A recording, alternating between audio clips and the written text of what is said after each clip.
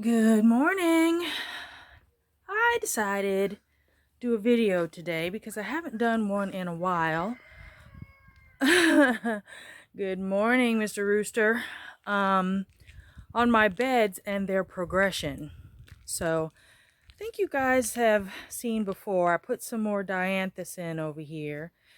And I'm going to add this variegated oregano to the bed. You guys, Bonnie has been coming with the variegated herbs. I absolutely love them. Anything variegated, I love, and they're beautiful. So, this bed is kind of multifunctional. I've got my flowers. Look at my chard. It has taken off. It's big and bushy. I've kind of been harvesting from it as it grows, but look how they've overtaken the dianthus. My eggplant are over here. They're looking a little yellow and sad, but they're usually out like that once you kind of get them in the bed, but you know, once they get going. My sweet potatoes that have been pretty much outside in water, they're starting to get these sprouts on them. Yay. Pretty soon I'm going to pop those off and either just directly sow them in the dirt, or I may stick them in water. To me, all this putting stuff in water gets a little irritating. So I kind of want to go directly from sprouts to dirt. My rosemary's looking good. Here's my sad blueberry. Do you guys see? There's one. Let me come over here. There's like one blueberry on it. I have no idea what happened to the rest of them, but yeah. My ginger is still in here. Haven't seen anything break the soil yet, so yeah, nothing coming from that yet. I may be nosy and dig around in there to see. It was sprouting in the house, so peppers are looking good. All right, so over here got some more dianthus that I'm gonna put along here. And I've got a couple of more rosemary plants that I'm going to be putting out. Remember I bought those ones on sale? I've actually got two more that I need to figure out what to do with the other one, but you can never have too much rosemary. So let's go on out here. As you can see, I have been working on expanding my work area out here. I can't wait to get it done. It's going to be fabulous. I'm completely and totally excited about it. This whole area over here up into the barn, I think, is going to be nothing but just mulch. I may even build some sort of a decking off the back of this door so that, you know, this whole barn's going to get renovated too. But I really want this to be my dream garden.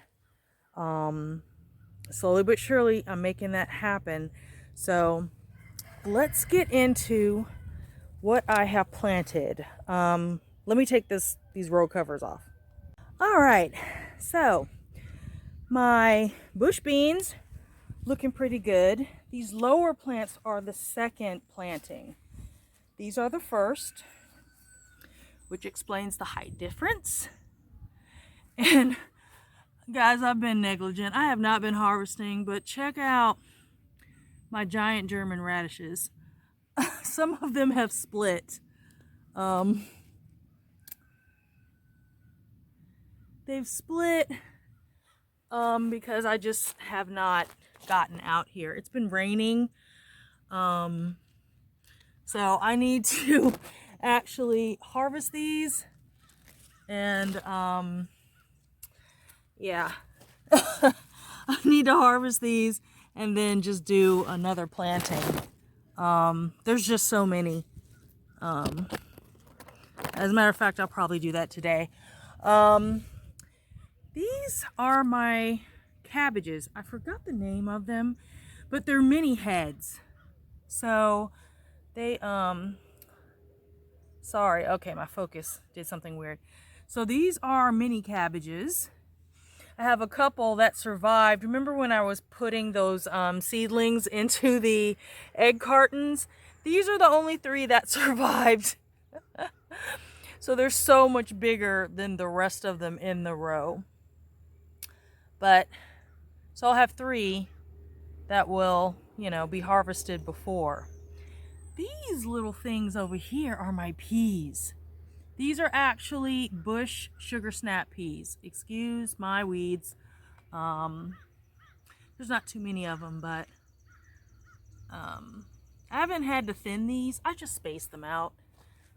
I don't really worry about thinning too much. Yeah.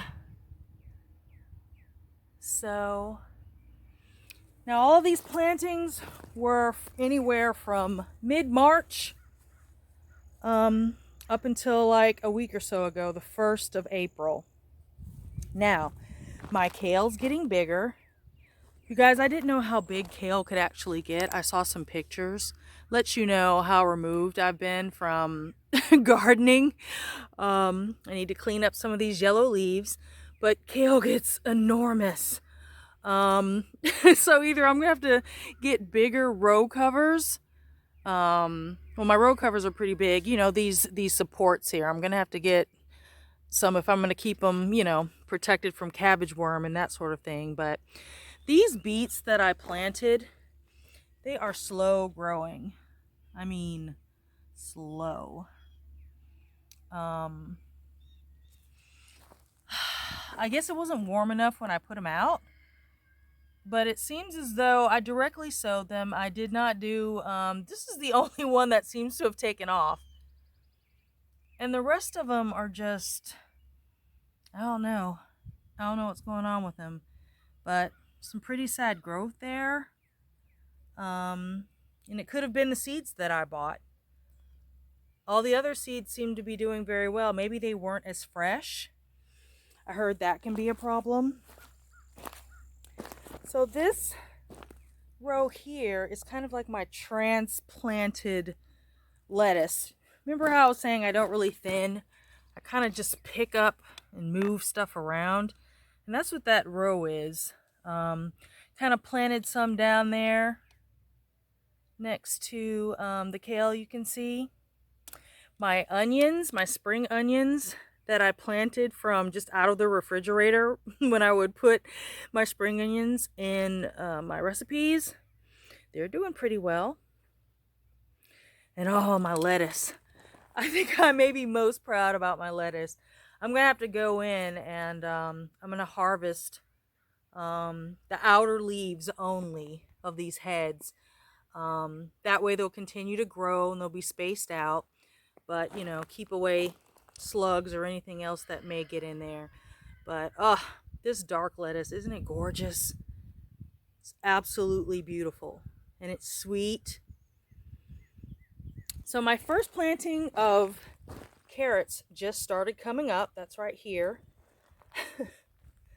Just started coming up. Carrots were pretty slow. And I planted them when it was safe to plant them according to, you know, people online, according to the Farmer's Almanac. So this bed looks pretty good. I'm actually pretty happy with it. It's finally kind of taking off. All right, so behind me, here's some more blueberry bushes. They've got a few more. I did not plant these. These came with the property. There's just a little one down here. And they even have more blueberries than my potted blueberry. So I'm wondering if I should put my potted blueberry in the earth and just forget about the whole pot situation. So, okay. Over here, we've got my yellow beets. They're coming in very nicely. I could thin some of them / transplant. Here is my Principe Borghese that was given to me by a neighbor. And I haven't had any of these covered. I think I need to start mulching around them because they're starting to get fuller and thicker and taller. Their stems are amazingly thick. I'm happy for that. That means health. Some more lettuce transplants from the first bed and my beautiful variegated, oh my gosh, that pesto basil. Look how gorgeous and bushy and thick it is. It's amazing. There's my Cherokee purple, another gift from the neighbor. This is the same neighbor that we exchange eggs for baked goods, and man, they take care of me. Got some carrots here. They're starting to come up. Some marigolds thrown in there. Here's a green giant tomato, and they just stay green. All of these are some sort of beefsteak. They're going to be huge. And these are actually white radishes. They're pretty big. They grow to be about 6 inches long. I've never had a white radish. I had to grow them because not only look how beautiful these greens are, which I'm probably going to harvest some of those just to eat in a salad, or they're still kind of hairy feeling though. So these might be best eaten. I kind of let them, they sprouted so fast. I mean, these grew so fast. I'm actually shocked. But yeah, I'll probably thin some of these out to actually eat. Look at the ones that I did in between them. Look how small they are. They're kind of being covered. So here's a buffalo steak tomato that it's taken off pretty well. I think I ordered this from Gurney's. Some more lettuce transplant, more beautiful basil. And over here is my buffalo sun. It is sad, but it actually looked worse. So the fact that it's putting out more leaves, meaning it's gonna survive, and I'm happy for that. And yeah, I showed you guys the yellow beets. I gotta do something about that, or they're gonna end up being kind of wimpy and small. So I didn't take the cover off my squash because I really just put these in the ground, but let's see. Hold on, let me get in here. Sorry guys. I'm just gonna stick the camera in here. They're just a regular old straight neck squash. I'm gonna keep them covered as much as possible. You see, I kind of have them so that I'm gonna grow them vertically, just to save space and to hopefully I can keep them covered. I have no idea what the squash, the vine borers and the squash beetle situation is gonna be at this homestead. My neighbor said that he had them one season so bad that they completely wiped him out and he wasn't going to grow them anymore. I had the same sentiment, but I'm like, you know what? Let's just see what happens, you know?